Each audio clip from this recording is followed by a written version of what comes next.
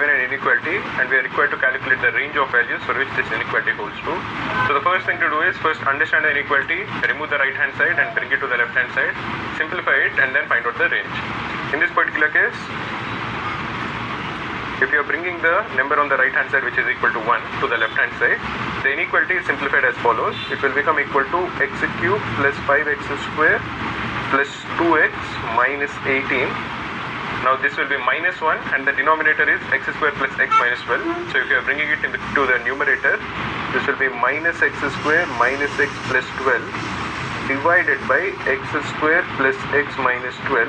This has to be greater than 0. Now you can simplify this and it will equal x cube plus 4x square plus x minus 6 divided by x square plus x minus 12 will be greater than 0.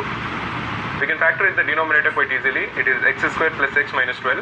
So the product of the two roots is minus 12 and the sum is equal to 1. So this will be, the denominator will be equal to x plus 4 into x minus 3. And if you're looking at the numerator is x cube plus 4x square plus x minus 6. If you substitute the value of x to be equal to 1, the numerator will become equal to 1 plus 4 plus 1 minus 6, which is 0. So x is equal to 1 is a root, or x minus 1 is essentially a root of the cubic equation. Once you know one root, we can factorize the remaining roots of the cubic equation, because we can write x cube plus 4x square plus x minus 6 as x cube minus x square. Because now if you take x square common, one of the factor will be x minus 1, and then you have 4x square, but as you added minus x square here, we will write this as plus 5x square. Again you want x minus 1 to be a factor, so we will subtract 5x, but the sum has to be plus 1, the coefficient of x has to be 1. Here you have put minus 5x, so we will add plus 6x, and then you have minus 6. So as expected, we can factorize this easily. This will be x square plus 5x plus 6 into x minus 1. What is x square plus 5x plus 6? That is a quadratic equation that is equal to x plus 2 into x plus 3. So the numerator will be equal to x minus 1 into x plus 2 into x plus 3. This has to be greater than 0. How are you going to simplify this further? We'll multiply the left hand side and right hand side with the square of the denominator. That is, for example, if you multiply the left hand side with x plus 4 whole square, x plus 4 whole square will be a positive number because it is a perfect square. So this will be x minus 1 into x plus 2 into x plus 3, and if you are multiplying this with x plus 4 whole square, one of them will cancel the denominator and you will be left with 1 x plus 4 in the numerator. If you substitute the left hand side with x minus 3 whole square, 1 x minus 3 will be cancelled with the denominator and you will be left with 1 x minus 3 in the numerator. This has to be greater than 0 because 0 into any perfect square or any number for that matter will always equal 0. So what are the range of numbers for which this inequality is true? For this, we'll again have to identify the roots of this inequality. The left hand side, the roots are minus 4, minus 3, minus 2, 1 and 3.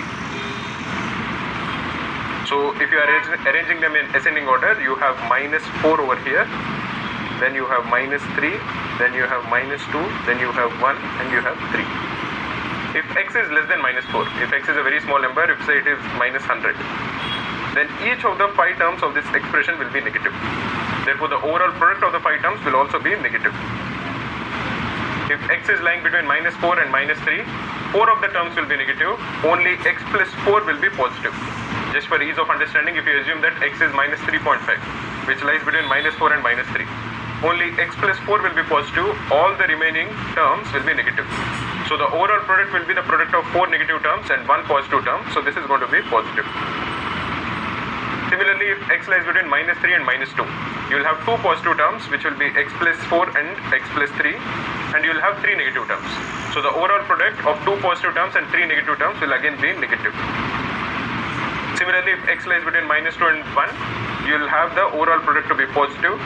If x lies between 1 and 3, you will have the overall product to be negative, because in this particular case you will have 4 terms which are positive and only 1 term which is negative.